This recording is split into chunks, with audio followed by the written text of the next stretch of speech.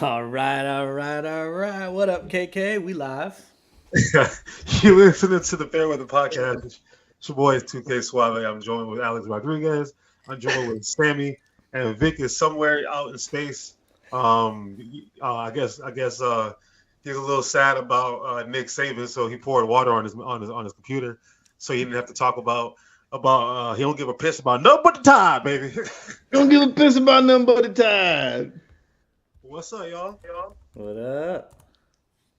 It's a crazy day for sports, that's for sure. A lot to talk about today. I'm excited. You know A what? whole bunch of shit went down. I'm mad. I feel like they trying to take away my shine. All the shit that happened in sports today.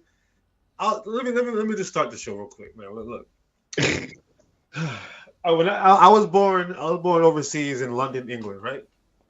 I moved to Detroit, Michigan when I was at the age of 2. I'm basically a 21 Savage of Detroit, right? I'm young, whatever. I'm learning that I like sports or whatever. And the first team that I ever identified with that I could kind of like attach myself to was the University of Michigan Wolverines. Basically, when you live in Michigan, you need to make a choice between Michigan and Michigan State. Kind of like, I guess that's how it is when you Floridians, right? Like Florida State type of thing, right? I chose Michigan, and also I'm a huge X-Men fan, and Wolverine was like my favorite X-Men. So it literally just kind of lined up together.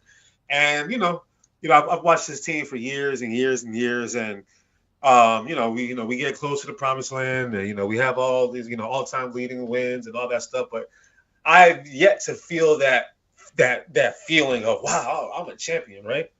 The last time we had that feeling. It's 1997. I got magazines for everything. You know what I'm saying? And that was when Tom Brady was a member of that football team. And Super sticky. And for this to happen in 2024, it's off to a great start. I just want to say go blue. The NCAA and the Big Ten can kiss my ass. They've been trying to get after my dog for too long, and he said, "Watch this," and the whole crew, Blake Corum, JJ McCarthy. God, I love this team, bro. I am so proud of these kids, man, and for what they accomplished. So I just want to kick it off with that. While I still have a little bit of the limelight as a Michigan fan, now we can take it away. The rest of the sports world, holy shit, holy shit, y'all! What the hell's going on today? Let's just jump into some wacky shit, A-Rod. What you got? Shit, I didn't come prepared for that. Come back to me. I got you. I'm gonna go real quick. Damn, I already forgot one. Look at me. I got on my soapbox about Michigan. You like me to go? Yeah, you go, Sammy. You got it, Sammy. All right, I'll bring it up. I'll keep it soccer like I have been. I know last week I went a little bit different. This time I want to talk about Girona FC continuing their absolute crazy season right now. They're going to be the Leicester City of La Liga of this year. They've won 4 of the last 5. They won again Saturday. They beat Atletico Madrid last Wednesday. So if you're not aware, they're currently in second place, 7 points above Barcelona, and tied with points with Real Madrid. So pretty much incredible. They've only been 4 seasons ever in their entire existence of a soccer team. They've only been in La Liga for 4 seasons, and not even consecutively. So this is absolute history that's going on right now. So, okay, I like that. That's a good stat right there. What you got here, Rod? I know you're ready. Yeah, maybe for me, maybe I just am unaware to this, but in college football, can 2 players on offense and defense have the same number? Is that doable? Yes. I had no idea about that. It's like the only sport. What rock have you lived under for all these years? A long time. I told you I don't watch college football like that. I didn't know an offensive player and a defensive player could have the same number. Because I was like, damn, Corum's playing DB for Michigan during the game. And I was like, that's not Corum. That is amazing. Wow. That is impressive. That you did not know that. I really did not know that. That you did not know that. I really did not know that. You learn something new every day. So, for me, a couple of things. The ones that I remember, I just want to give a huge shout out to Jameis Winston. That's my dog, bro. I'm ride or die for whatever everything that happened on that game with that extra touchdown and everything like that. Normally, I agree. I agree a lot with what Shannon Sharp said, but Shannon Sharp needs to shut the hell up, bro. Like I am proud of Jameis Winston. His whole team clearly has his back. Shout out to Jameis Winston. So that's one thing. And then also with the breaking news, Nick Saban. We might as well just transition into that because it's going to be part of my wacky story. But yeah, Nick Saban wait. Before you say that, I wanted to ask you. Did you check out your Nigerian boys showing up to the Ivory Coast, to the African Cup? How swagged out they all looked. You know what? I did not see that. Swagged out. Right? When was that? Was that today? Yeah, just today they arrived. Okay, I'll peek that. I sent this. So whenever you get a chance, I'll take a look. Ask A-Rod. They look good. Like I said, I'm gonna need you to you need to guide me back into Nigerian soccer. It starts Saturday, man. Jeez, bro. I'm feeling good this year. 2024 might be my year. You know what I'm saying? Like with Michigan to kick shit off, and then, I think this is gonna be a good year. So, but yeah, real quick, so we're hopping into Nick Saban, right? Pause. Nick Saban retired today out of nowhere. Crazy, right? I don't know if anybody saw this coming. I don't think this was even, remotely discussed on the airwaves over the last couple of days, weeks, or whatever. But I would like to say my wacky, crazy, funny stat for Nick Saban and the Alabama Crimson Tide. To my alma mater and then my childhood team, USF. I'll read this exactly. USF will officially be the last team to hold a Nick Saban coach team under 20 points in a game. That the University of South Florida is the last team to hold Nick Saban under 20 points. That was in September, right? Jeopardy question. And then the last team to beat Nick Saban is the University of Michigan. Yo, this is the greatest day of my life, bro. Like, we retired Nick Saban, twice this year. You know what I'm saying? So I just got to give a huge shout out to University of South Florida, go Bulls. And, of course, the University of Michigan. I am so proud. But, yeah, thoughts. I wish we had Vic on the show for this quick Nick Saban talk, because we got to talk about the championship game, of course. But might as well just get this Nick Saban news out the way, because holy shit. Era, what was your first impression when you saw that? Shocked, man. I didn't think he was going to hang it up just yet, but I could see how it's going. I always feel like the NCAA has like a vendetta against him that he wins too much, so they don't want to let him back in the ship. But he got everything to be in there for the final four teams to be in it. I just think maybe thinking of a 12-game playoff may be a little bit too hectic, crazy for him. Maybe, I don't know. But you have seen. I think it's more than that. I think it's the NIL and all this crazy shit. Yeah, I think it's that too. But you saw a lot of players today decommit to Alabama too, as well, as soon as they heard that he left. So that's the Nick Saban effect. You want to go play for that guy, and he surpassed Bear Bryant, right, for most wins, most national championships, or they're tied. I think national championships, yes. Yeah. Yeah, 6 with Bama, 1 with LSU. I think Bear Bryant has 6. Yeah. So congrats to him for that. Congrats on a crazy career. I mean, trying to make that transition to the NFL. Remember that didn't work so well with the Dolphins. But as soon as he got right back to college football and went to Alabama, Alabama became a powerhouse all over again. Great recruiter, great coach, speaks well. I know he had his hiccups a couple times with saying some things that were dumb, like about Dion and the NIL deal and stuff, but always has his players' backs, and I always appreciate him for that. So it's going to be tough to see somebody else coaching Alabama, that's for sure. I have an idea who's going to be coaching next, but let me get your thoughts real quick, Sammy. Honestly, I wasn't super shocked. I noticed that this was an Alabama team, and we've talked about it on air, where it just didn't impress me. And I think Nick Saban's one of those people that is very kind of like the Tom Brady, like those perfectionists, where it's like, if things aren't 100%, that means I'm not 100%, so I got to hang it up. So I think it all pointed, at least to me, it looked like it was heading in that direction, whether it be this year or next year, he was going to retire. But did you think so suddenly, though? No, that part did surprise me. So suddenly, yes. But him retiring kind of at this stage, I didn't, just because, like I said, the team just looked off to me. Like it's not. I've watched college football a long time, and even when they struggle, like they still look so dominant. This year, even when like I don't know, they just didn't look dominant to me. They looked like they lucked into a lot of wins. It just looked like a team, and it just seemed like he just I don't know, he lost something, and maybe he noticed that. I think the rest of the NCAA basically just caught up. You know what I mean? Like we talked about it briefly last week about whether or not NCAA got it right with the college football playoffs. And I thought, we talked about like, parity. Like there's a lot more, and I still think so, even though we beat the dog shit out of Washington. Let's go. There's a lot more parity in college football now, on the basis that not every 5-star is going to Alabama and Georgia, and then LSU got a couple. Like it's not all going into the same 5 programs. Like it's starting to go to different places.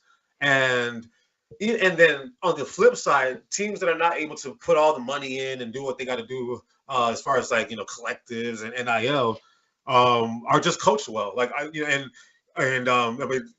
not to toot my Michigan Wolverines horn, and I guess it's a good time to just transition to Michigan. The biggest thing to me is like it's not like University of Michigan has a bunch of 5-stars on the field. They're built in the trenches on offensive, defensive line. And they run the football well, and they're well coached. Like if you look at the players on the team, it's a bunch of 3 and 4 stars. Now we haven't had like a top 10 recruiting class in some time.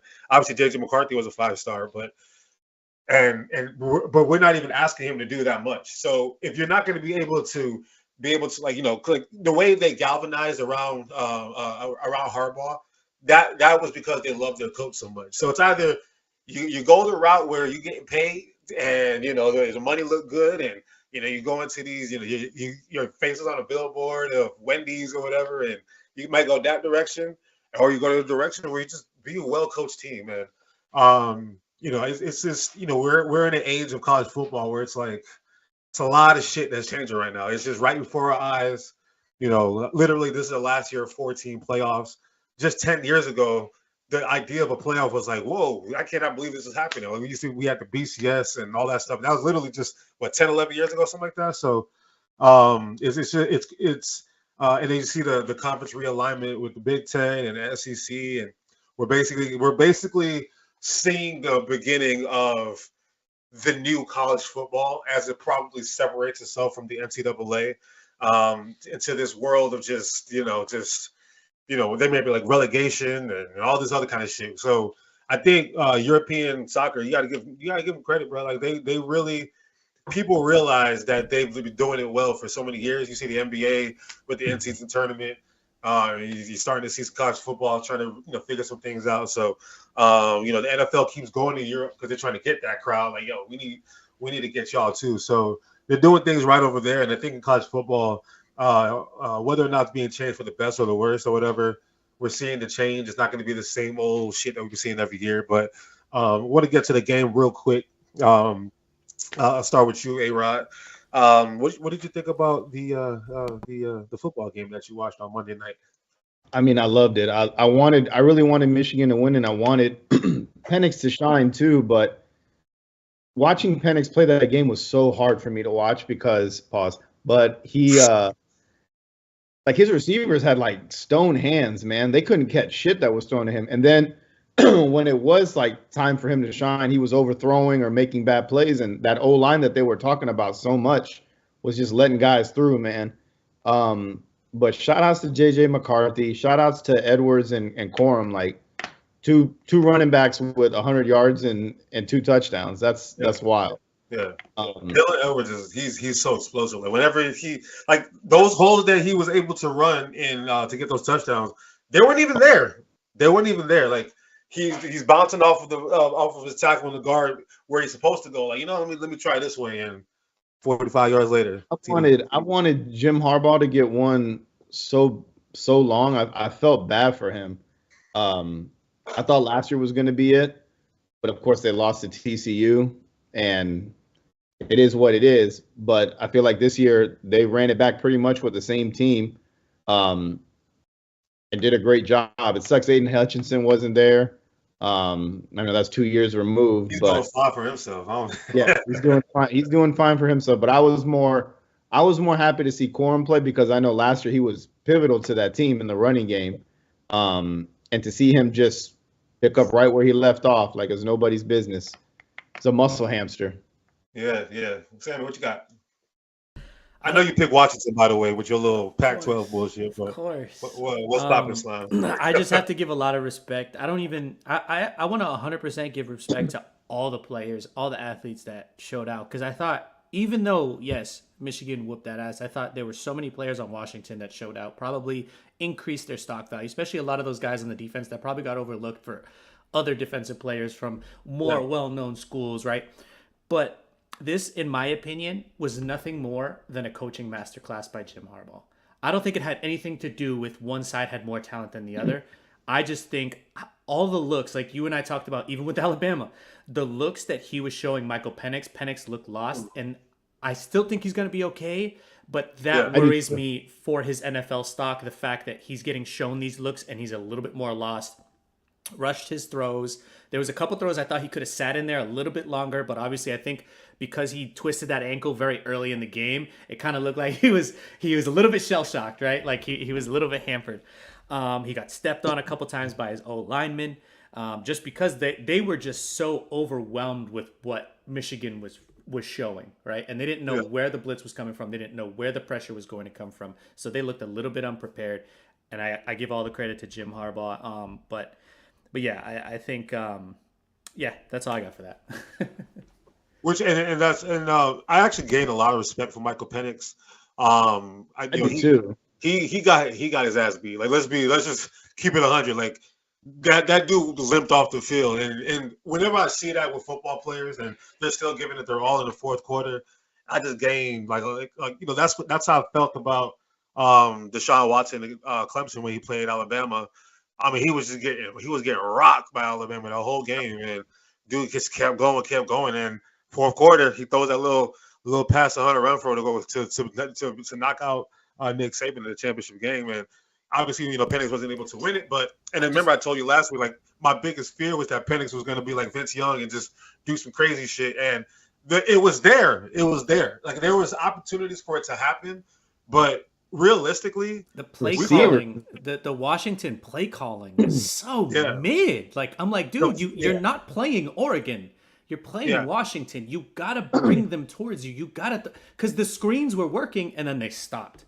And then they stopped running completely. So anyway, it was a coaching masterclass. One side was stupid and Jim Harbaugh was a genius. And on Michael Penix's case, this is good for him because at the end of the day, this is what you're going to be seeing in the NFL. Like all that Pac-12 bullshit that you've been seeing, that's just not real, bro. 70-35 is not real football. I'm sorry, sir.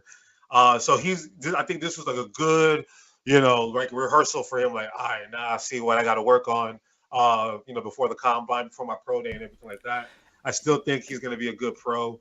He didn't. I know he threw a pick. I don't really count that as a pick because he was getting sat on as he was throwing the ball. So overall, I thought he was very efficient. You know what I mean? Like he was making the right decisions and wasn't getting, sucked into throwing into a bad play. It's just his decision making was a little bit slow for me. Yeah. So and he's a leader too. Like you saw him at halftime corral the team and sit in the middle and talk to them. So that was before the fourth quarter, actually. That was before the fourth quarter. Yeah, I don't think that made me nervous when I saw that. I was like, oh shit. Yeah, me too. Like the game was neck and neck at halftime, and then it started to pull away. But watching those receivers, like who's the big receiver that they have? What's his name? Yeah, I saw him drop like 3 passes that I was like, dude, that's like money for you. And then there's a crazy one that he does that he ran down the right side and caught it. I was like, okay, you caught that, but you couldn't catch like a 15-yard screen that they just threw to you. Mm-hmm. It was a little bit frustrating to watch that. But I think in Michael Penix's case, I think he's going to be okay. Shame on NFL like scouts that see that and think that he will digress from that. I think getting that type of ass whooping and being a good leader and still having the heart to play and be out there, it's not like Jalen Waddle where we knew he had that foot injury and he still wanted to go in and play. and we're like, bro, you got to sit this one out. There's no way you can play. It's not smart. Yeah, you can't play that. You can't play that. I remember that vividly. I was like, bro, you need to get that off the field. I thought that was stupid. But for him to get up and keep playing, and you saw the pain that he was in. They were blitzing every freaking play in the third and fourth quarter and getting to him. And tip of the hat. And shame, I was showing a property out by Tampa Bay Tech. Shame on you, Tampa Bay Tech, for not putting anything out for that man. I didn't see like one good luck Michael Penix sign out there, nothing like that. Shame on you, man. Day City stand up though. That's what he said, right? So I don't even I don't know Tampa geography like that, like you do. So did he grow up in Day City and then like moved? Because isn't Tampa Bay Tech like far, like closer to like where we at? Temple Terrace. It's in Temple Terrace. Right? So like, but he I know he said something about Day City. I gotta look at his history, but that's cool though. That's cool. But another spinoff from this game is Jim Harbaugh. You know, obviously everything that he went through this year and the last few years, honestly, with he's taken. I mean, the last couple of years, he's taken interviews in the NFL. It's not like it's the best kept the best not kept secret. Like he's going to entertain going back to the NFL, obviously. Now that he's gotten the job done, it seems a little bit more reasonable that maybe this is a good time for him to make that transition, especially just like Nick Saban leaving the sport. A lot of these older coaches are like, you know what? Shit, maybe this shit is not for me anymore. Let these younger guys have it. So as far as Jim, and this kind of just ties in with the NFL because we're going to talk about the coaching carousel as well. So we might as well just mix this in now before we get to Super Wild Card weekend. Jim Harbaugh is on the market. He hired an agent a couple weeks ago. I forgot who that agent represents. He represents a lot of different coaches and players as well. But obviously, there's some openings right now in the NFL. He has nothing left to prove in college anymore. He's clearly, he's for me. I'm like the way I feel about Nick Foles. Nick Foles can do whatever he wants. I am forever ingratiating myself to Nick Foles because he brought me a Super Bowl. So, and that's how I feel about Harbaugh. I'm like, thank you. I mean, I appreciate it. So he's on the market. I'll start with you, Sammy. What do you think? What do you think is the best decision for him? And then what do you think he ends up doing? I'm gonna be 100% honest. I thought he shouldn't have left the NFL in the first place when he did. But that's besides it. Like I thought he was pretty successful when he was. You know why he came back? He came back to save the University of Michigan, and he did that. So I'm proud. Alma mater, isn't it? Isn't that his alma mater? Yeah, he played quarterback. 1992, 3, 4, shit like that. Yeah, he was there. I mean, if you look at the teams right now that are with coaching vacancies, I mean, he's going to the NFL, right? Like that's probably what he's going to end up doing. What is his best choice? I'll be 100% honest. I have no idea. Because if you look at the teams, it's like, you can go to Chicago, who looks like they have things that are set up for success for the future, right? He can reshape that entire organization. They didn't fire Ibrahim. But they didn't, right. But they didn't fire Ibrahim. They fired everybody else. If he went to Chicago and got rid of Justin Fields, that's the most Michigan thing I've ever seen in my life. If that happens, yeah, like you gotta get this Ohio State. Well, they get Boy Williams anyway. Boy, you gotta get out of here, boy. Like Ken Williams said, boy, you gotta get out of here. But yeah, you're looking at what? Tennessee,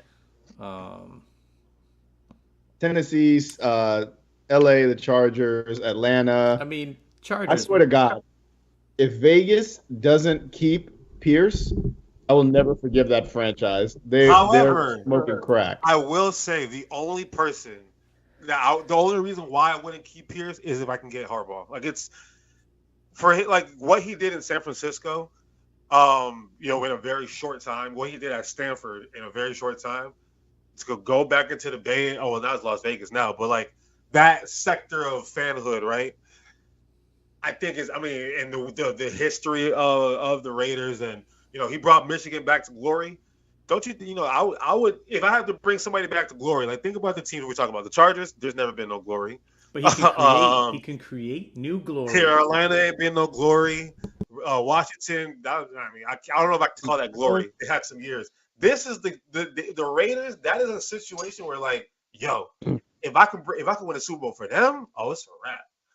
It's like you can't tell me nothing. And if that's how I'm seeing if I'm Harbaugh, because he seems to be the type of guy that wants to go fix the situation. He's not like Kevin Durant, where like, you know what, where's the talent at? Okay, I'm gonna go over there. I'm gonna go where like, I want to be the architect behind the whole thing. He wants to be the mastermind behind everything. And you look at that Raiders situation, you don't have a quarterback, so that's a shitty start. And that's why, like, when you look at the other one, they have better quarterbacks. Washington gets the second pick, so it's like it's hard. But how could you not look at the Chargers as so enticing from a talent perspective, right? Like, it's poor. That's the problem. So enticing. Because ownership sucks. Yeah, and they poor.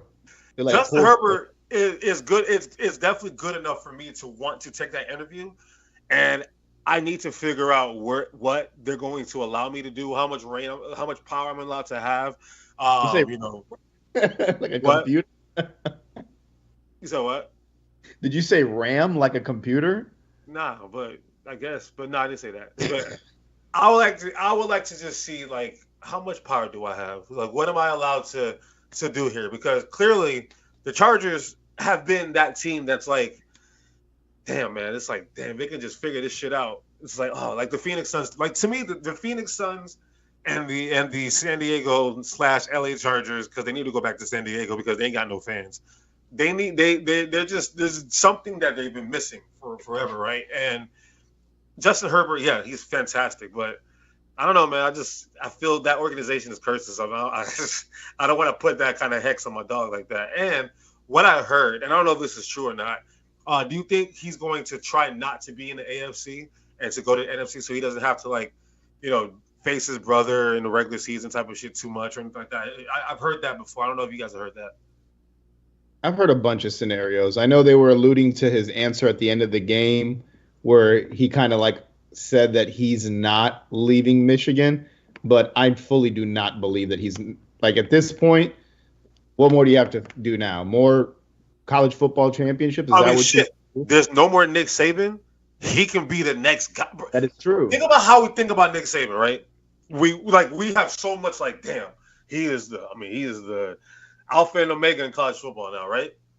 The seat is open right now. It's like the number one seat is there for the taking, and who's his competition as far as college coaches? That bridge with him.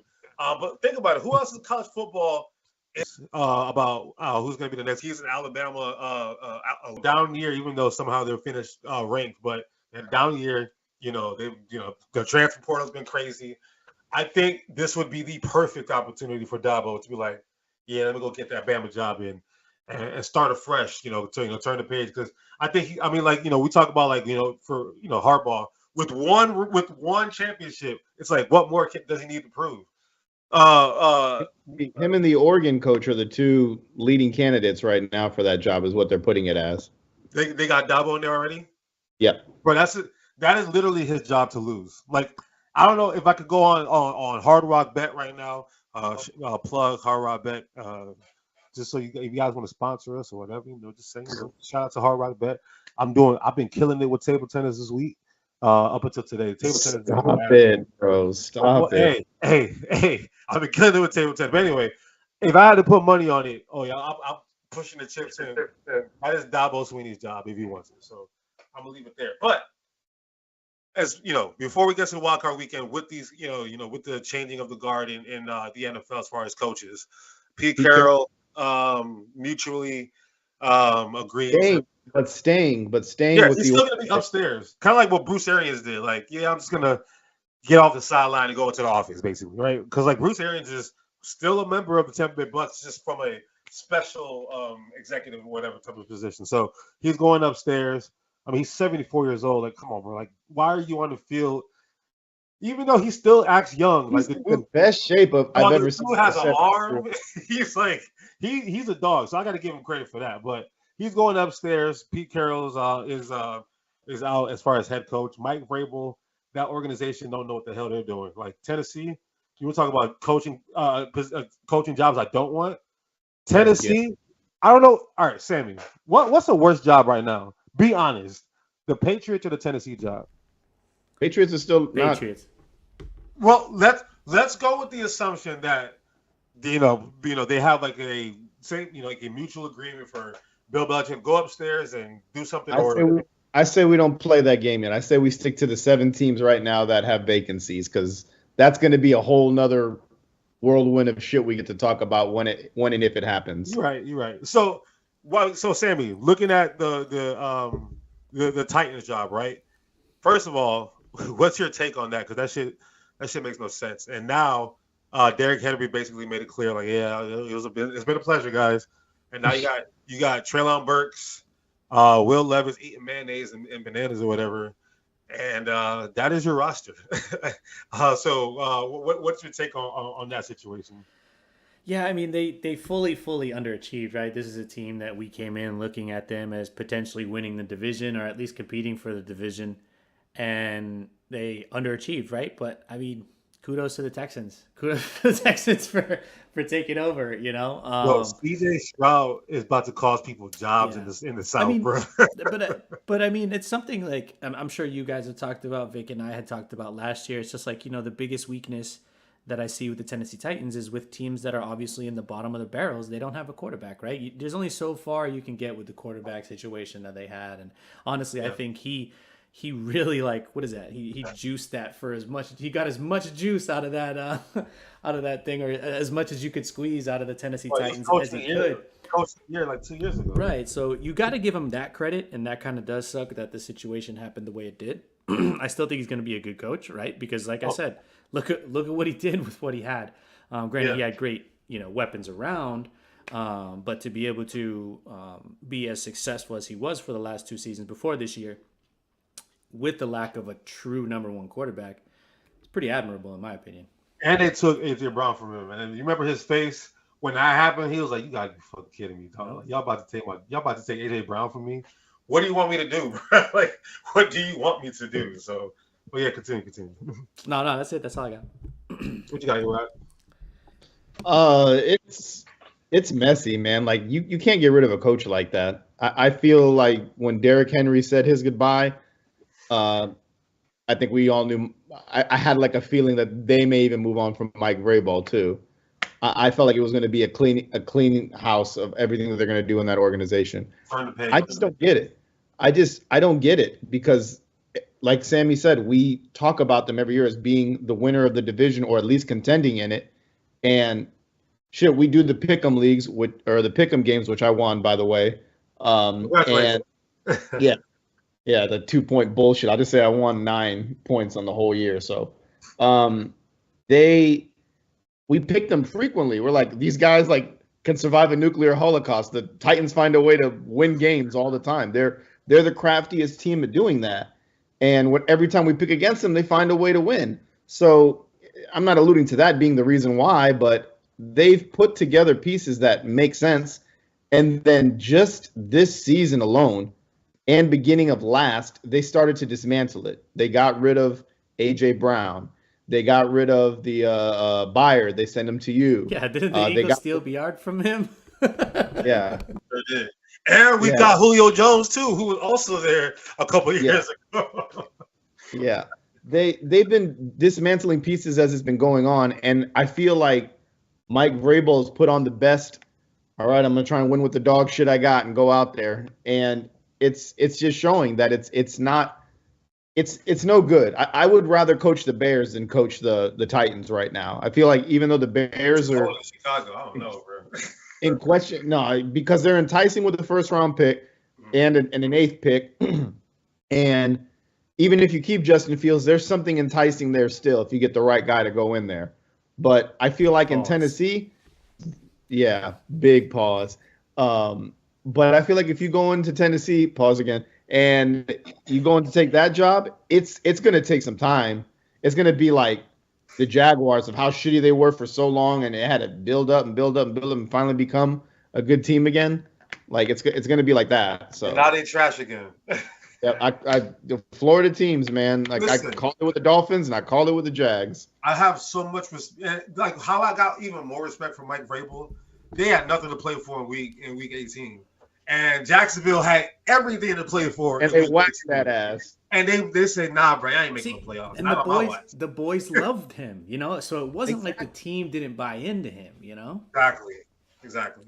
And that's how you know you have a good coach. Because, like, the Chargers situation, we saw what they did to on that Thursday night football game against the Raiders, when they clearly let you know, we do not mess with you, Brandon Staley. Please get the hell out of here. We're going to lay down and let them do whatever they want. Pause. So, for Mike Vrabel and he's a player. You know what I'm saying? Like, the reason why they love you boys in Detroit, right? It's a player. Like, they know. Like, they can feel it with him. Like, yeah, he gets us. Like, he's not a guy with time. They've been in a locker room like this before. Yeah. They're not sitting at home, with a fucking cookie cutter lifestyle like these guys. They've been in the NFL. They've been through the trenches with the team. Yeah. Like these guys that just, whatever. Maybe they play quarterback in high school or something. They do play linebacker and has more touchdowns than anybody who receiving touchdowns than anybody in Tennessee right now. That's how you know that team was bad. And he still made do what he could do, right? And you got to give him a lot of credit for that. But Sammy, I had a question for you before we get to Super Wild Card weekend, because we have a big weekend ahead of us in the NFL. I was looking at a trend real quick. Pee Carroll is considered to be like more of a defensive coach. Mike Vrabel is considered to be more like a defensive coach. Ron Rivera is considered to be a defensive coach. Brandon Staley is a defensive coach. Arthur Smith, I don't know what he is, but he got fired. And technically, Eberflus is a defensive coach too. But they say, we'll hold on to him. But do you think, we're talking about the change in college football where, like, it's just getting younger coaches and that understand, like, how to spread the offense in college football. Do you think the NFL is looking at it like, yeah, it's time for us to kind of adapt to that, open up the field and let's aerate and whatever. Do you think that has like anything to do with it? Yeah, I think a little bit does. I think it more has to do with the understanding of creating a group of individuals that know the talent of speed, right? Like, because that's kind of where the league is going to. I don't necessarily think it's just defensive or whatever, that type of coach, but I think coincidentally we're seeing it's more geared towards offensive players. But if it's more geared towards offensive players, we're actually looking at one of the years where we've had the lowest scoring games of pretty much, in a long time, right? And at least a decade. So it's not like the offenses have been absolutely tremendous. I mean, the best ones have been better than the best ones of the past, but overall across the board, it's been kind of mid. But yes, you are looking at people that are newer coaches looking at players from a different perspective than what maybe some of these older coaches, where they're looking at more bigger players, right? Like they want to cover more ground. Now you want quick, right? You want fast. If you don't have a fast linebacker, you're cooked. If your cornerbacks aren't big and fast, you're absolutely cooked by a tight end, So you're just looking for a lot of those people that can spot those hybrid athlete roles. At least that's what I've seen. And I was actually going to ask that similar question of like, are you guys happy with the NFL product this year? Because I don't think I am, to be honest. What makes you say that? I think, first of all, there's no predictive, like you can't predict the game, right? Like the good teams are still shit and the bad teams could beat the good teams on any given Sunday. I know there's any given Sunday, right? Like I get that, but there's no chance in hell that that the Arizona Cardinals should beat the Philadelphia Eagles. Sorry, that was the first one that came to my head. I'm not trying to throw shots at you. But you're absolutely right. You're absolutely right. Like that shouldn't happen. And that's only one example. There's plenty throughout the season, right? But that's just because obviously that was the most recent. And I don't know. I don't know if it's the lack of discipline in coaching, right? Because you sacrifice discipline when your coaches are younger, right? Yeah. So you see more inconsistencies. Yeah, you see cooler plays, but there's a lot more inconsistency with the discipline of the players. You're getting way more penalties. I think part of that also has to do with the refs, right? The refs are getting a lot more involved. I think the refs have been were horrible this year. Yeah, I think that might have a lot to do with but it. some of the calls, you look at it, you're like, dude, what the fuck are you moving for? You know what I mean? I understand, but I do think that this was a bad representation of officiating in the NFL this year, from my perspective at least. So I think that might have played a little bit of a part, and also like the rules. I wouldn't say the rules are changing, but the way the game is called is changing a lot. 100%. After what's his name got called for offside, Kadarius Toney, it's like all of a sudden everyone lines up off sides now. Like they never called this shit before. It's just I feel like just the way that they were looking at the game. And let me ask you this: do you think that the compounding now? How many years have we had this 17-game season? This is the third or fourth, right? So that's second. No, I think this is the third. I think it's at least the third. Yeah, it's the third. So we're looking at least what 3 extra games these guys have played on top of the playoffs that they're also playing. So is that also part of it? Because like you mentioned, halfway through the year, we've seen more quarterbacks play quarterback this year than we've ever seen in one season. Yeah. And it's a lot of wear and tear, right? For the main star of your, and not to mention you're playing more games, but these guys are throwing more too, right? Per game.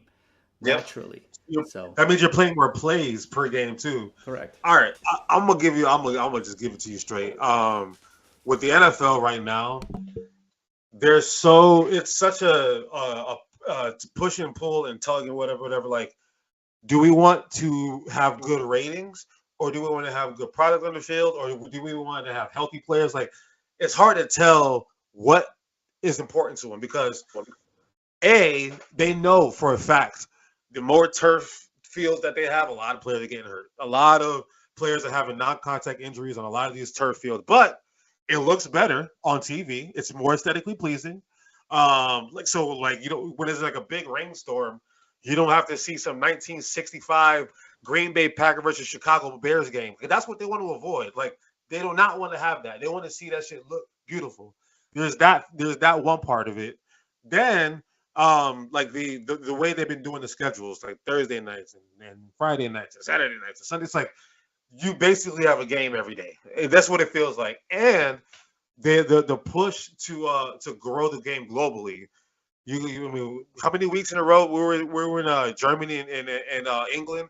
It used to be like 1 or 2 games. Now it was like 5 this year, something like that. So we're about to get to a point in which there's gonna be a game in Mexico, a game in Germany, a game in London, a game in Russia. I don't know whatever.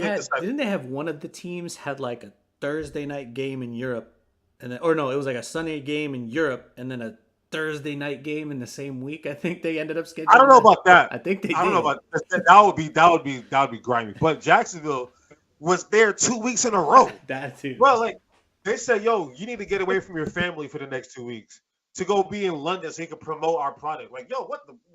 Like, so to me. We're in the crosshairs right now in both the NFL and college football. Like, the NBA is doing it too. Let's be honest. Like, they're trying to make the game, just 140 to 155. That's what they want to see. You know what I mean? Like, we're at this time in which so much is changing. We're gonna get to that. We're gonna get to that. Yeah, so much is changing right before our eyes, and it's like there's really no value as to there's no true direction that I see because. Player safety, they talk about player safety, but the only reason why they talk about player safety is because of that movie Will Smith, the concussion movie. Because because Chandler Jones is continuously doing Instagram lives. Like, look at him, bro. Like that dude need help, bro. And they're not even. Like, think about it. He's been Chandler Jones. How many years he played in the league? Like what? 10? At least 10, yeah. Bro, like that's an employee of yours that's been with you for a long time. Why don't you go try to see if you can help him out a little bit, right? Yeah.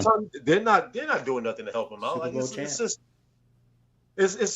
so bizarre to me. Just how quickly, and when you think the way the NFL works, like think about it. Tom Brady retired, and the game moves on. Like you know what I mean? Like Aaron Rodgers has been on Pat McAfee for the last 5 weeks, saying all the most outlandish shit, doing nothing on the field, obviously.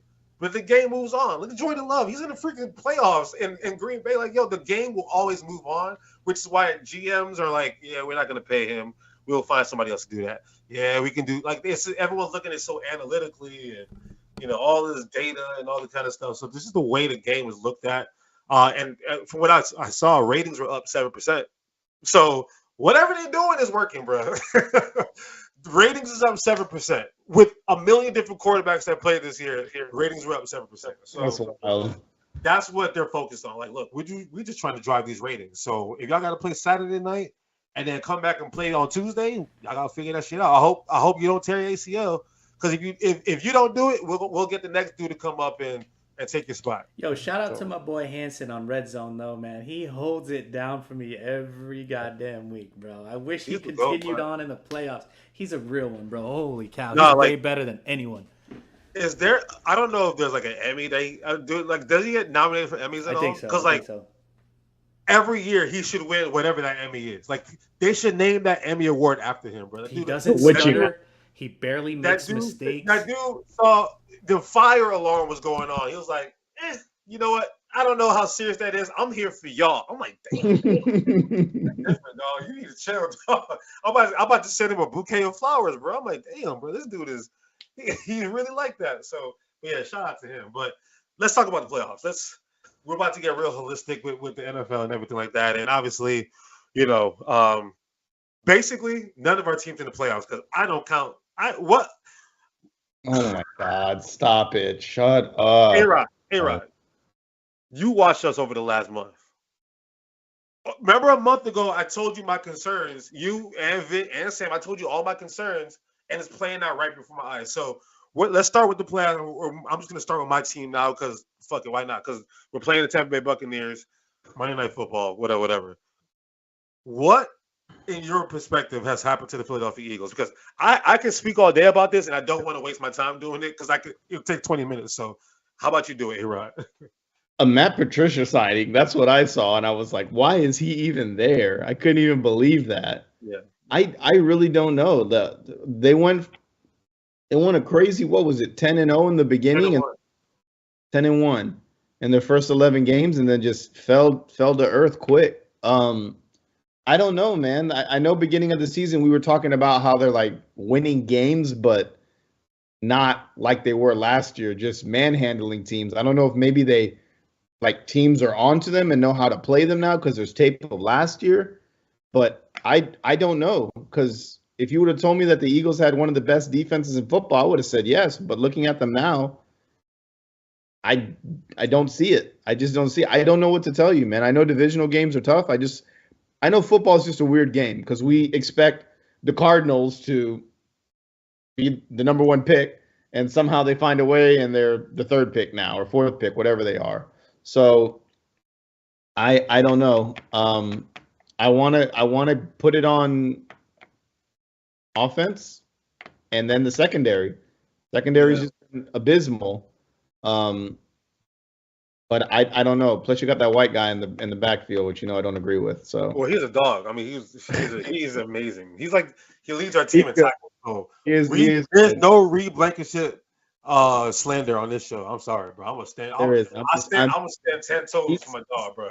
He's definitely not the problem, but that secondary is horrendous, and the offense, it looked like it was clicking beginning of the year, and now it just looks kind of lost, which is very weird. So I'll tell you, you know how you like you're plugged into the Jets shit as far as like beat writers and the inside shit. I'm plugged into beat writers and the fans, right? Because I'm always reading what the comments are and everything like that. They've been asking for Brian Johnson's job since week 2, our offensive coordinator. There's been no love. Like the one thing, Philadelphia Eagle fans are crazy. I'll give them, I'm gonna give them all that, right? Like we're the craziest fan base. We're probably a little bit crazier than I don't even know who consider crazy, but they are quick to love or hate quick, and they will give you good reason to understand why they love or hate a situation. And Brian Johnson, I was reading the comments about him in week 2, and they said, nah, he's not it. And I'm always like, give him a chance. Let's see how it goes. And I gave him a chance. because we kept winning games. And then over the last month, and you can see it. It's like, I know exactly what we're about to call. The play calling that we're about to call makes absolutely no sense. And then, like Sammy alluded to earlier, you're going to get the Arizona Cardinals of the world that's going to be able to beat you. Like, we were up, what was it, like 21-6 going into halftime, and we lost the football game. It just, it doesn't make any sense, bro. It does not make any sense. So, for me, we changed our offensive coordinator, we changed our defensive coordinator, and then we changed our defensive coordinator again mid-season and put Matt Patricia in there.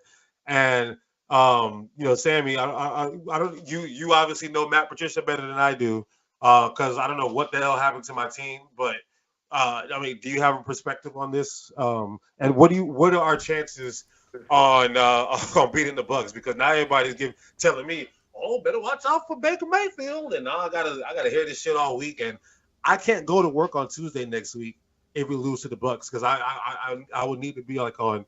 I would need to have a wellness check. I would need y'all to call the police. Call the police, and it's like, yo, we just need a wellness check to make sure he's good, bro. Because I'm gonna be bad if we lose to the Bucs. But what's your take on that, and what do you think our chances are this weekend in general? Yeah, I mean, you stole the fire from me. I mean, you said it perfectly. It's up Brian Johnson, man. I mean, that's the reason. I said it to you in week 1. I said, I don't know, something about your offense didn't look very good. You guys should easily destroy us. You know what I mean? And you were like, no, we're good. A win's a win. You were like, a dub's a dub. A dub's a dub.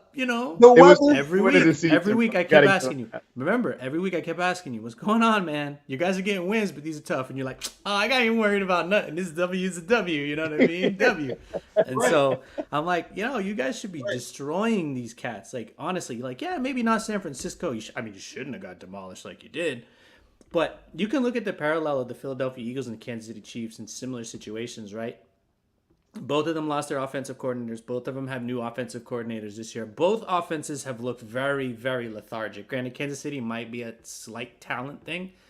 Yours might be more of a health situation, right? Your defense got older, so you don't look quite as good. So you're forced to score more points, but you can't, right? Because whatever he's calling, like you're mentioning, is very vanilla, very predictable. Like we're on the couch. 3rd and 20.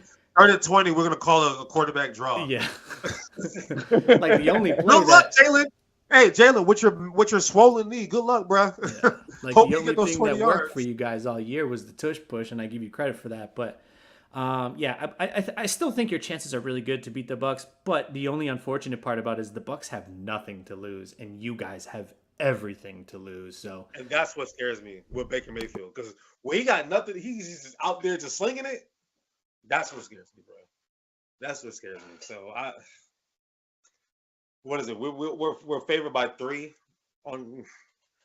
I don't know, man. Like, I expect us to win this football game, and that's what makes me nervous, because like if I expect us to win, I just feel like they're gonna let me down. I just like naturally like, they're gonna let me down. So it's like I don't know what to expect from that football game. From a Bucs standpoint, A-Rod, what do you think the Bucs need to do to pull this one off? Blitz, just blitz, man. That's what they got to do. Get to Jalen Hurts. He looks banged up. That finger issue.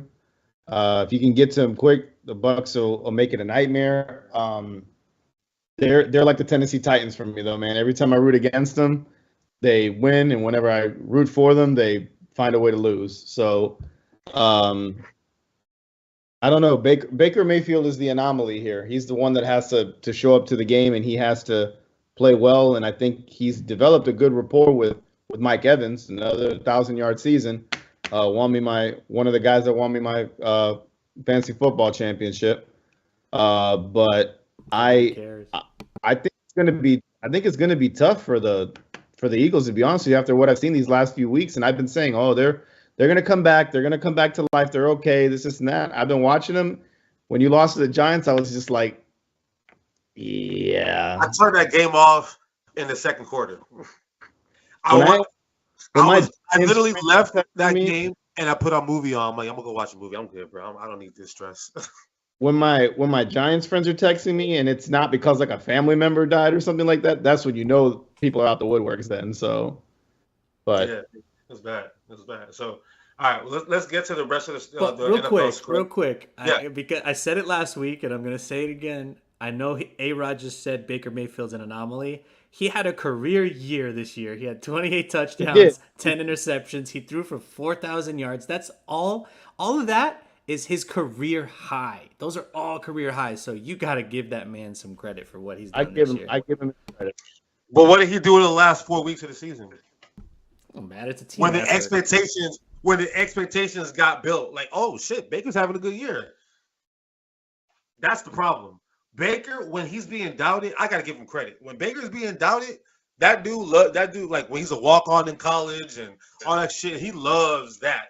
But when they start talking, that gravy shit about him and oh, look at Baker, and he's starting to get interviewed more. Oh yeah, for whatever reason, it's the slippage, bro. It's the slippage. So with Baker, I hope that the media is talking so much happy shit about him over the next few days, so that way he can throw some interceptions on Monday Night Football. Let's move on. So, real quick with the NFL playoffs, you actually sent that tweet or whatever about the NFL script. The script is in effect. That shit is crazy, bro. It's spot on, bro. It's so wild because the way that Sunday night game with Miami and Buffalo, and real quick, Miami and Buffalo, a man died because of that football game like that. We got to as sports fans, like we got to do better, bro. It's not that serious, bro. Like for somebody to die because of a sporting event, and it's senseless. But long story short, fans. Yeah, I mean, it's sports, guys. It's not like they pay your mortgage for you. It's not like unless you put a lot of money on, of course. But it's not like it's life and death. It's not that serious, bro. So, that really kind of pissed me off how that kind of played out after that game. But speaking of Miami and Buffalo, y'all were right all year about Miami. It's like when the rubber needs to read the road. The shit is kind of like a little shaky, and now we'll start with that game. The first chapter of the NFL script. Are we going to send Tyreek Hill back to Kansas City, where it all started, and we're going to have sub-zero freezing temperatures in that football game? So, the first game we'll talk about second game we'll talk about, and give me your winner. I'm rocking with Mahomes, man. I'm not feeling it from Miami, man. I just don't think they have it, and they have too many injuries. They got like 28 players down that were injuries. Yeah, the injuries is bad. Injuries serious. Jalen Waddle's a question mark with his ankle. Got something wrong with his hand. Tyreek has something tweaked too, but he's gonna play. It's an ankle, but yeah, that shit. So, you got Kansas City winning. Obviously, their offense has been pretty pedestrian this year, though. So, what do they need to do to figure this shit out? They just need to play good defense and hope they get some points, or like, what do you think they got to do? Play, and I know he's fumbled, so Pacheco just mad at the world, thrown through the line. But yeah, it's basically the defense. The defense just has to be able to hold up their own, and I think they're built for it with the team that they have and where they're playing in the conditions. So they should be okay. You're not going to get a 70-point game from Miami. It looks like Waddle showed up limited, Jalen showed up limited, Raheem showed up limited, Tyreek Hill showed up limited. The only one that I was concerned about was Xavier Howard did not participate today, and that's pretty serious, especially being on I heard Wednesday. about that one, yeah. But everybody else has been a limited participant most of the week. I mean, it's a playoff week too, so you got to expect that from some of the stars. But it does seem like they're all going to suit up. To what effect, I'm not sure. But an interesting stat I wanted to throw out there, they got Kansas City by 4.5. That seems a little bit high to me. I think there's pretty good value on that Miami right there. So if you take Miami plus 4.5, I don't think it's a bad pick. Because if everything clicks, and like I said, I'm just not confident in the Kansas City's offense, exactly like A-Rod said. Like, they need their offense to be on all cylinders if they want to win this game. And I don't even think everybody's saying, oh, the Chiefs defense.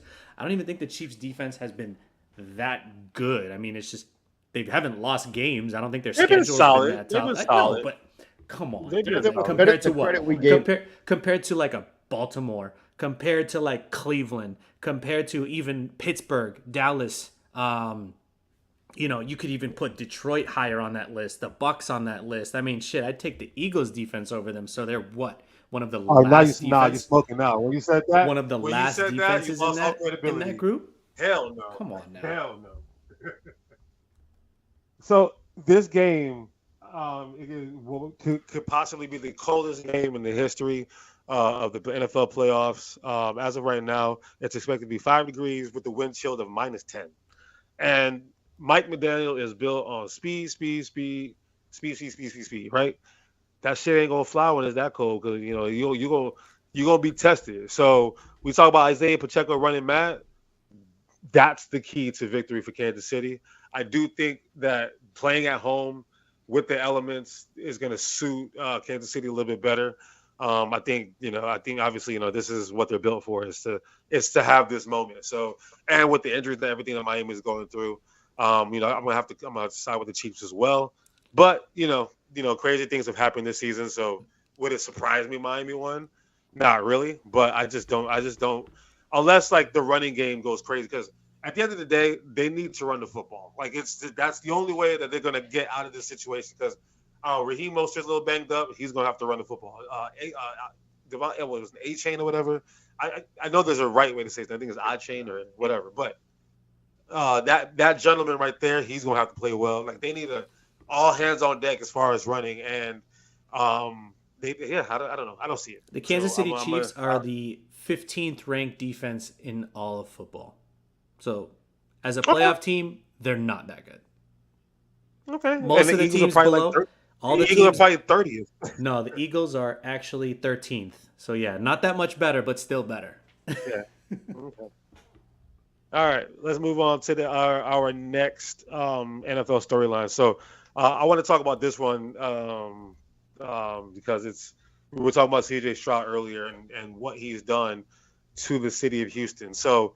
During COVID and when we kind of first actually started the Fairweather podcast, that was one of the big topics was the whole Deshaun Watson saga in Houston with the 2000 masseuses and all that stuff that he was going. A little weird at they talked about we don't want the inmates to overrun the prison. Like that whole Houston thing was like, what the hell is going on over there, right? It was like the Utah, what's going on in Utah type of bullshit, right? C.J. Stroud walked through those doors and they won the division, right? Yeah, they won the AFC South his rookie year. He even missed 2 games, and he's still one of 5 rookies to pass for over 4,000 yards in their rookie year. So life has changed in there, and that bad taste in their mouth that they had with Deshaun Watson is out the door. Meanwhile, Deshaun Watson goes out the door to go to Cleveland, and Joe Flacco has come off the couch and turned Cleveland into when Baker Mayfield and them made the playoffs, it was cool. Their defense played really well. They ran the ball well and da-da-da-da. This Cleveland team, it's fun to watch. Joe Flacco just slinging that bitch everywhere across the lot. I'm like, damn, Joe. So, we have Cleveland favored by 2.5 as of what I'm seeing right now. I don't know if anything's changed. On the road, we have C.J. Stroud making his first ever playoff start ever in his life. And you got Super Bowl champion Joe Flacco walking through those doors. I think Amari Cooper might be coming back. Ford and Hunt have been pretty serviceable. David Njoku out of nowhere has turned into like Antonio Gates. I don't know what the hell happened.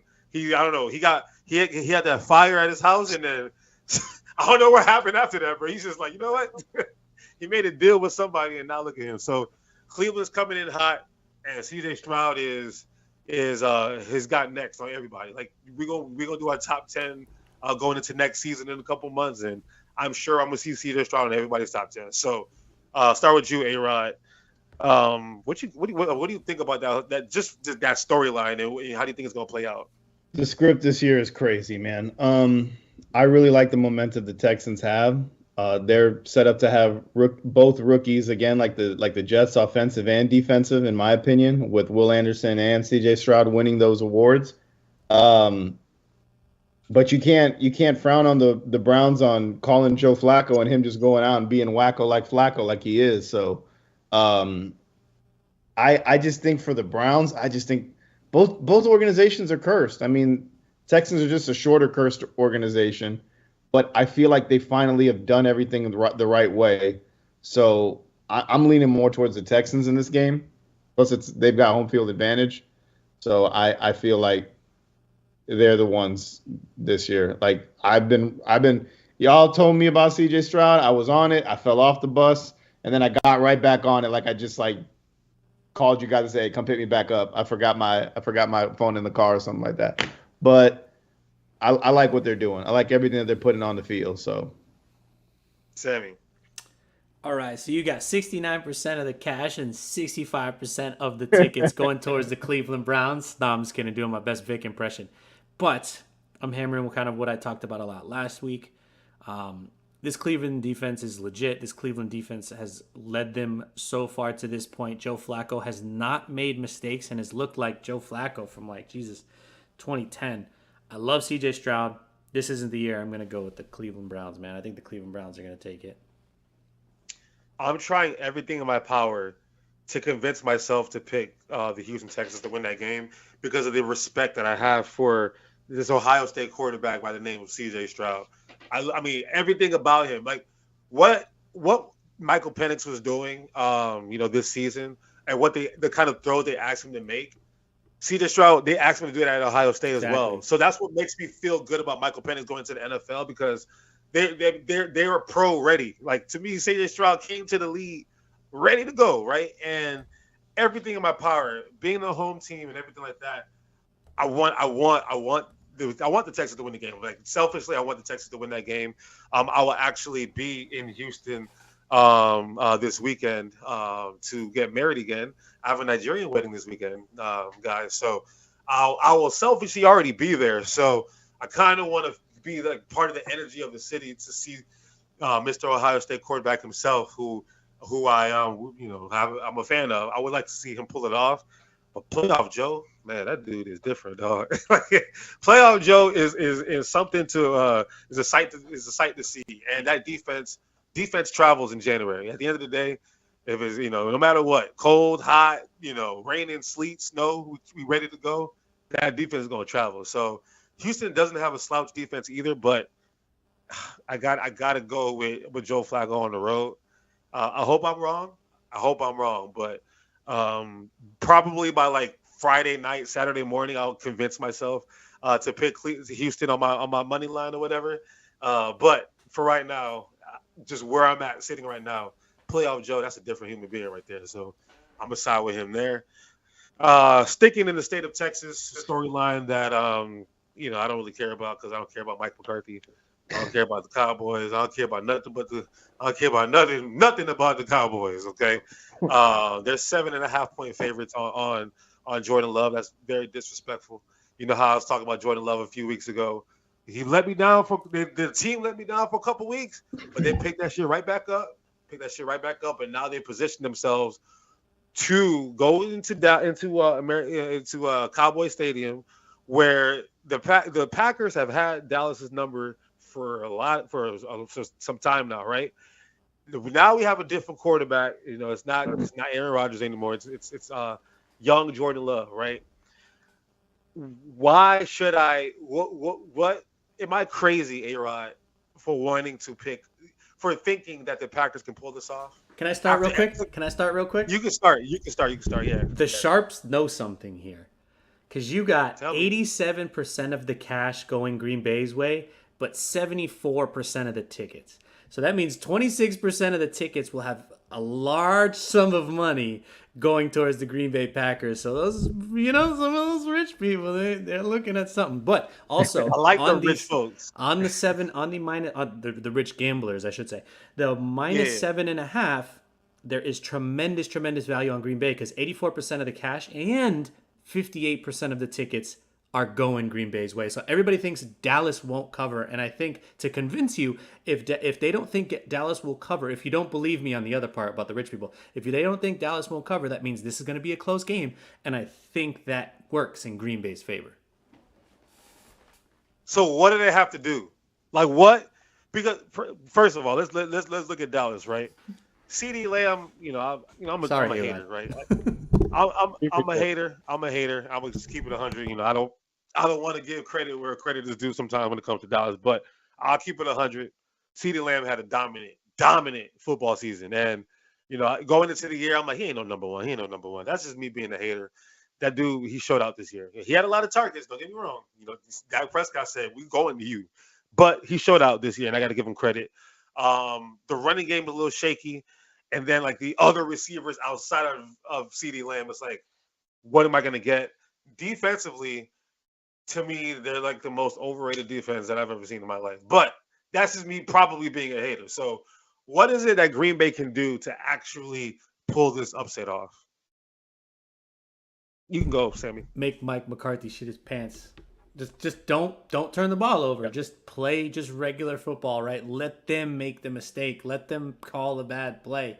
You know what I mean? Like just play solid football and let him screw it up because he always does.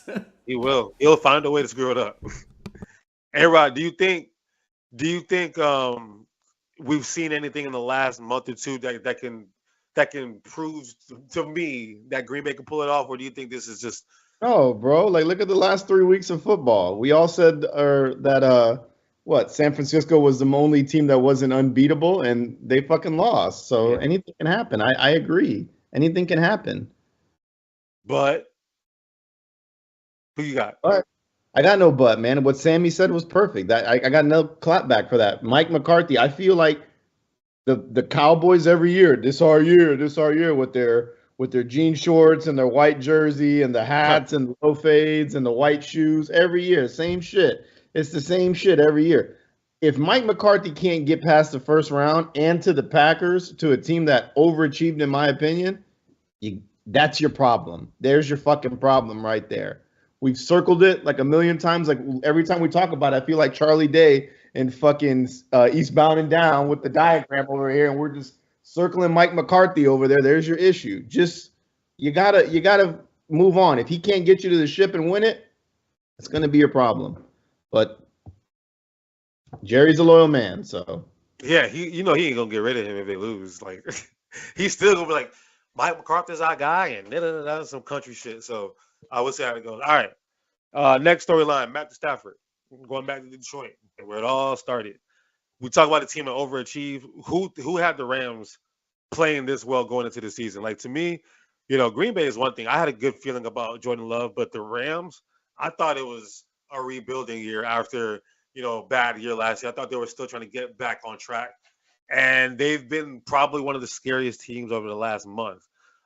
Sammy, what do you have any data pulled up on the Rams right now? The Rams versus Detroit? First of all, shout out to Puka Nacua for breaking the single season wide receiver record, receiving yards. Yeah. Pretty dope. For sure. Third round pick, right? I mean, damn, that's like, I was looking at a list of like a lot of non-first round picks that balled out this year. Because you were talking about it early in the show, like, do you like the product might be like a little down, maybe but the scouting has not been too bad. Like, we finding play. Brock Purdy was the last pick. We got Jaden Reed was like second round pick. We got third round. We're finding people late, in a lot of different rounds in the draft. We're making huge impacts right now. I mean, look at all these players and all these quarterbacks that are starting right now, right? Like, you got your obvious is then you have Mason Rudolph, you have Baker Mayfield, and you have Jared Goff. He was the number one pick, but anyway, what you got? What statistics you got on this right now? How do you think it plays out? So you've got the 4th ranked offense in the Los Angeles Rams against the 10th ranked offense in the Detroit Lions, but you have two defenses that are pretty much identical. One is 19th, one is 20th. Overall, they're pretty even as well. The Detroit Lions are overall the 8th ranked team, whereas the Rams are the 11th ranked team. That's just based on statistics from Pro Football Focus. Now, as far as, and I know you want some of this too, KK, as far as what the Sharps are saying. I got my parlay ready to go right now. All right, so obviously Detroit is favored by 3 currently. 96% of the cash and 74% of the tickets are taking the Los Angeles Rams +3. 92% of the cash and 78% of the tickets are taking the Rams money line. So do with that what you will. But it seems like Vegas has a lot the bettors have a lot of faith in the Los Angeles Rams at Detroit. And before you go, A-Rod, I'm literally willing to just put it all in on the Rams winning this game. We're talking about Sean McVay, been there, done that, Super Bowl champ, and Detroit finally, we finally got here. To me, they're set up to lay an egg, like not zero, but like just who knows Goff better than McVay, right? Like. Anyway, you're right. What you got, bro? I mean, I agree with you too. I 100% agree with you, but I'm pulling for my man Dan. You know, I'm a big Dan Campbell fan. It's hard. I like both coaches. I like both teams. I'm on the same page with you. I thought the Rams were still like maybe a year or two away, but the surgence of the draft picks, fuck them picks, really did work. The guys in the later rounds are really working out for you. So if you can put it together and it works. Or if you throw the shit against the wall and it sticks, man. You got in. Yeah. You got in. But I think it comes down to experience here. I think it comes down to experience. Who's been in the playoffs, who's won the ships, who knows how to properly go in there and know how to play against a team that's been electrifying like the Lions have been all year. And the Rams have just been silent assassins. They won. They got in the playoffs somehow, and it's scary. Once you get in the playoffs, it's a different game. Yeah. So it's going to be tough, but I could see the Rams winning. I really could. So who would, if you had to put your money on it right now, who would you pick? Your boy Dan or your boy Sean? I'm going Dan. All right, cool. All right, and then last but not least, not much of a story. The storyline here is resiliency, honestly, between Pittsburgh and Buffalo. Buffalo noodle fight, right, A-Rod? we kind of Buffalo out. Buffalo's scary. I don't know about noodle fight, bro. Buffalo, the way they're playing right now, they realize we got to run the football with James Cook, and we got to let Josh Allen just go out there and be crazy. Even if he throws interceptions, we're not gonna be afraid. Like he wanted to give that game away, like to Miami. He wanted to. Hey. Listen, they were on the road. They probably went out the night before, and they were probably hungover and still won. So you gotta give Buffalo credit. And then you got Pittsburgh. I don't know how Mike Tomlin does this shit because like that team is bad. Like that, I look at all the teams in the playoffs. That's the worst team in the playoffs. I mean, Mason Rudolph is their starting quarterback, and their backup is Kenny Pickett, who's been a failure, or Mitch Trubisky, who's the worst draft pick in Chicago Bears. I don't know. I'm just kidding. But we got Buffalo -10. It's hard, me. I'll just go real quick. You know me, how I feel about Mike Tomlin. There's no way. I'm sorry, bro. This is just, I just don't see it, bro. Like there's no talent. There's not enough talent on that football field. And without T.J. Watt, and they're hoping Micah Patrick could come back. I don't know, bro.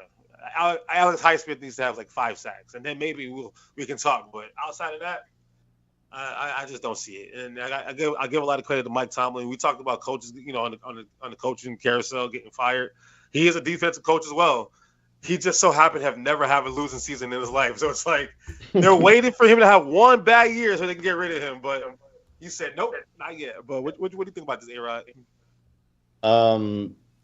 I mean, I'm with you, too, on everything you said. But Buffalo, we're just going to have another Stephon Diggs looking at the field while the other team celebrates moment, whether it's this round, the next, or the championship, or the Super Bowl. I just don't see him getting the Super Bowl, but I like Buffalo. Sammy.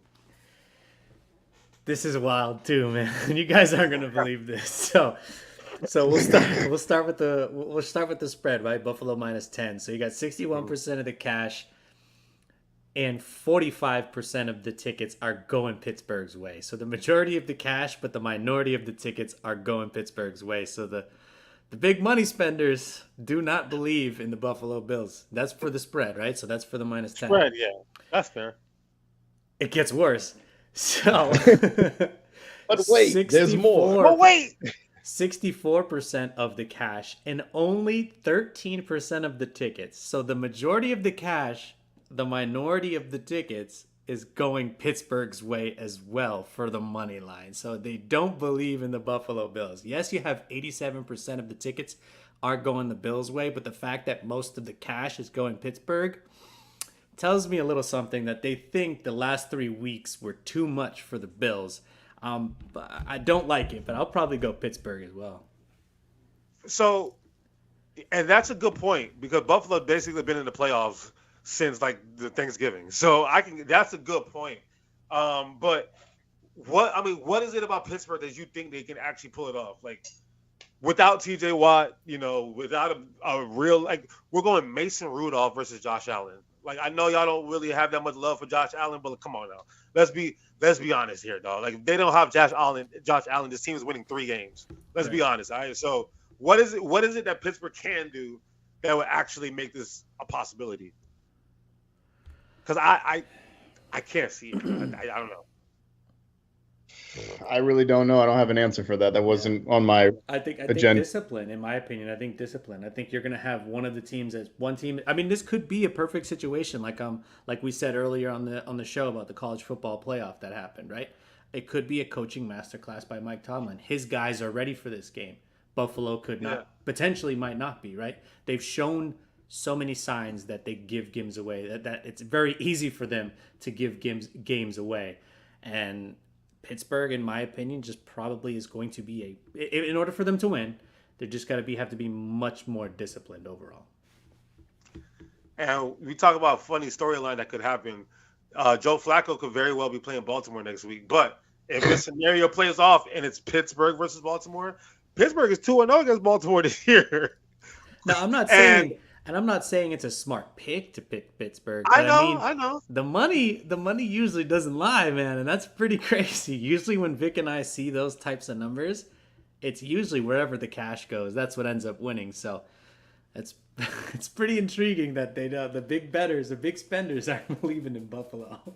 That's wild. I love it. That's crazy. I love it. I think this is going to be a crazy football weekend. So looking forward to it now that college is over. Our football season is winding down. And as that happens, the National Basketball Association starting to get a little bit more love again. Now, kind of like how we did last week, just sitting at the bar, just observing different things and kind of just wanted to put out, so whatever you've observed over the last week in the NBA that you kind of want to talk about. We'll start with you, A-Rod. And we're not going to talk about the Knicks. Let's leave the Knicks out of this. Say it. I thought you wanted me to say it. We are 5-0. We are 5-0. Oh, here we go. All right. What have you seen? What's making it work? Because obviously, his plus minus has been the highest in the league since then. So something is working. I'm waiting for it. I'm waiting for them to start doing what the Magic are doing and going down the hill. I'm waiting for that. But the Magic beat Jokic the other night. I can't complain, man. His efficiency is good. I'm a Knicks fan at the end of the day, regardless. Okay, I still wish we had Quickly and RJ Barrett, but it's working. I don't know how to say what they're doing. He fits what they're doing. I just don't get what they're doing. I don't understand what they're doing. I'm trying to understand what they're doing, and I can't understand what the Knicks are doing, but it's working. So it's working. I'm starting to get less upset about it. It's just so hard to see two guys on the team that were pivotal to what we have made. I'm happy with RJ Barrett's comment saying, I left New York in a better place knowing that I helped them get to where they need to be, even though he's no superstar. It's a weird comment for him to say, but right. It shows that he has no.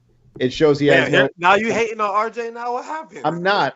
It's just like a weird thing for him to say, not being like a superstar. But I appreciate that he has no animosity towards New York. I have no problem with that. But yeah, man, the Knicks, they look good. We're at what, 4 now in the East, and it looks good. I like it.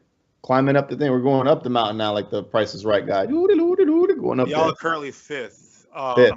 Tied with Indiana, who just lost Haliburton for a week or so. So I might be able to make a little bit of movement there for sure. We'll see if we keep going on what we're doing. Like that's cool. I mean, another thing I want to talk about is like the Clippers extending Kawhi Leonard. I mean, that's a big thing, and now they're trying to lock up PG-13, who's a 2-player. He said, not a 1. He's a 2-player. Hey, Kawhi's your 1. When Kawhi's your 1, then it's good to be the 2. All right. Cool. We talked about the Clippers. Sammy, you were on to something with the Clippers. So, as much as I want to hate on your opinion because I hate the Clippers. And James Harden pisses me off for all the bullshit with him. Me But too. they have figured some shit out. And I don't know, have you paid attention to any games Yes. or Yes. have you followed any statistics? Like what are you seeing with them that's working? Okay, so statistically, everybody's in the positive, right? So that's obviously the first thing that you go and you look at. You look at kind of the minutes played, you look at the games played, and you look at the plus minus. So everything looks like in the positive, right? The other thing that I noticed was the eye test. I've watched I think three, not the full games, right? But I've watched at least 3 games in the last week since we last conversed about this. And what seems to be working perfectly is staggering Russell's and James Harden's minutes. So you're bringing, right? So again, it all comes down to how you attack certain teams, right?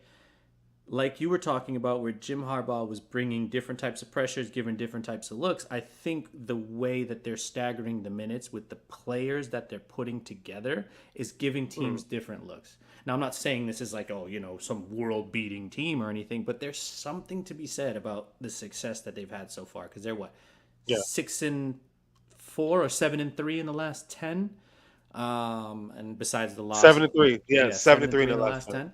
So something's working. The way they are staggering the minutes, I think, is pretty important because you have a guy that just high energy, not the greatest defender, but is a presence on defense versus another guy that can come in, give you pretty solid offensive minutes and doesn't have to play as much defense when you compare James Harden and Russell Westbrook. And Kawhi is obviously healthy, so far. So keeping it in the West, kind of, 3 things that I can kind of pick on the West. Whatever attempt that John Morant was trying to make back this year to get that team to the playoffs, I think with him missing the rest of the season, I don't think it was a rest of the season injury, but I do think we've seen that we seen that you're gonna be good next year. We need to basically tank because our team is not talented enough to do anything without you. So I think that might have something to play around with, but like A-Rod, insensitive as said, he can go play with guns now. So hopefully they're like toy guns, and he seems to be a little more mature. Like y'all be getting on my dog. I'm one for watching a kid grow up, and I really want to watch this kid grow up and just become a better man. So I'm gonna rock with him, and I hope he does that. Number 2, Draymond Green considered retirement or whatever. I don't know how much I believe that, but that whole situation is just weird to me. Like he's mad that he hits players. Like I can't hear players no more, so let me retire. Like come on, like relax, dog. Like it's not that serious, bro. Like I don't know what his issue is, but the Golden State is a weird place. Kuminga is not getting the minutes that he deserves. Steve Kerr is kind of just is laughing about it, like yeah, whatever. Like I used to not get minutes too. I'm like, bro, but like we talked about, we talked about Bob Myers handing off this team, and he left them in cap hell, luxury tax hell. You got some young talent that they probably didn't draft the best with, and you got old guys who are making a lot of money. So they're in a very weird place, and Draymond Green is the heart of that weird place. So I'm very interested to see, because they're not winning the championship this year. I'm sorry. We're just going to keep it right. They're not winning the championship this year. So at some point, like the Chicago Bulls in '98, a lot of these, the Lakers after Shaq and Kobe, like you're going to go through your dark times, bro. Like, and I feel like they're so unwilling to go through those dark times because they just moved to that arena in San Francisco, and I know that bitch is expensive. And they're like, "Yo, we need to sell these tickets. We can't do another few years of Monte Ellis and Al Harrington. We got to sell some tickets." So I think they're holding on for dear life, but at some point they're gonna have to realize, yeah, it's time to like really tear this shit down and kind of start this thing over again. Even if that means Steve Kerr probably not being your coach anymore, because the job stresses him out enough. And to me, like he's another guy. I'm like, I don't know if he has anything to prove, and he's done a great job. But last but not least, in the West Coast, Oklahoma City Thunder. Man, that basketball team, man. I don't know. That team's good, bro. And Sammy, I know they played against y'all the other night. Did you watch that game? Yes. All right, please talk to me because I didn't watch the game. I saw highlights and I was trying to figure out. Wait, like, damn, they really lost to OKC. So what happened? What did you see from that game as a Boston Celtic fan that OKC did better than y'all for them to pull out that victory? And do you think whatever they're doing now is sustainable moving forward? Because they're second seed in the West right now. Chet Holmgren he's looking better and better as we go on. And Shea Gilly, boy, boy, it's the truth. So, what's your perspective on all that? Vic, I wish Vic was here because he's gonna kill me, but I think Shea is a top 5 player. Like, I think he's that good. Like, he can do anything. I didn't think I had my eye on this team last year. It was one of the teams that I mentioned. It was one of the teams I mentioned at the beginning of this year, but I didn't think it was going to be like this. Right? Like, I didn't think it was going to be. I think we all knew OKC would be fun to watch, but I don't think we knew it would be this good. And to be honest, that was one of the losses in the last week that I looked at. I'm like, I mean, it's Shea. You know what I mean? Like, it's Shea. He kind of got, and watching the game, it was just really, it was intriguing. It was bittersweet to watch because you're like, damn, I like his play, but you're like, fuck, like he's cooking my boys right now. Getting to any place that he wants to get to, getting to the rack, shooting that mid range. I mean, that's what I took from it, man. Like, Shea's for real, dude. He's averaging 31.5 points a game, on 54% shooting, 35% from 3, but he's only taking 3 threes a game. So it's not like he's just out there jacking threes. He's really he knows how to get to whatever spot he wants, and he gets there. Not to mention he's shooting 88% from the free throw line. He's getting you 5 rebounds, getting you 6 rebounds, getting you 6 assists, 2.5 steals. Like, the dude is, and only less than 2 turnovers a game. And I know he has the basketball in his hands a lot. So I know, like Haliburton, that's another story when it comes to efficiency. This dude Shea, man, he is the real deal. And then Chet, real deal. I think if the OKC want to make that next level step, like get there, they need to offload, get Josh Giddey out of that locker room, because at this point he adds no value to that team, because everything that all the little things that he was good at, they got that everywhere else. So, like, somebody is gonna want a player like him, maybe Utah or something like that, because Karl Malone. But them kids. That's fucked. But so I think they need to figure that shit out, and shout out to the OKC Thunder. But with that statement, I have nothing left to say. Sammy, A-Rod, y'all got anything y'all want to add? Any last steps? African Cup this weekend starts Saturday. Check it out. African Cup is going to be on beIN Sports. Check it out. It's going to be dope. Go Morocco. Go Nigeria. Is there A-Rod, is there an African country that you would kind of root for a little bit? Is it Morocco? I'm torn between Morocco and Nigeria, man. Both of those two. But I think I'm leaning more towards Morocco because I'm a big Hakimi fan, and the emotional roller coaster I got to see Sammy on last year. So, all I'm gonna say, breakthrough. This was '97. And we broke through again in 2024. Happy New Year, everybody. That room is probably hot and smells like poor life decisions in there with all those. Where can you find us? Oh, man. Don't put the black light in here. Yeah. You can find us on Twitter at @fair_weatherpod. You can find us on Instagram, Facebook, YouTube. Search the Fair Weather Podcast. Wherever you subscribe or listen to podcast audio, you can catch us there. Take it away. Where's the wisdom, somebody? Watch the African Cup. And Super Wild Card Weekend means super wild card lifestyle that we need to have in 2024. Life is too short.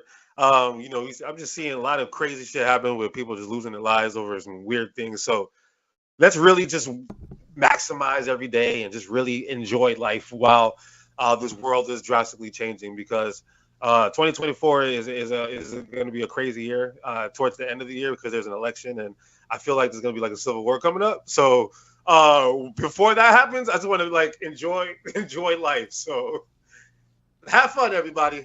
That's all. Flood the tunnels.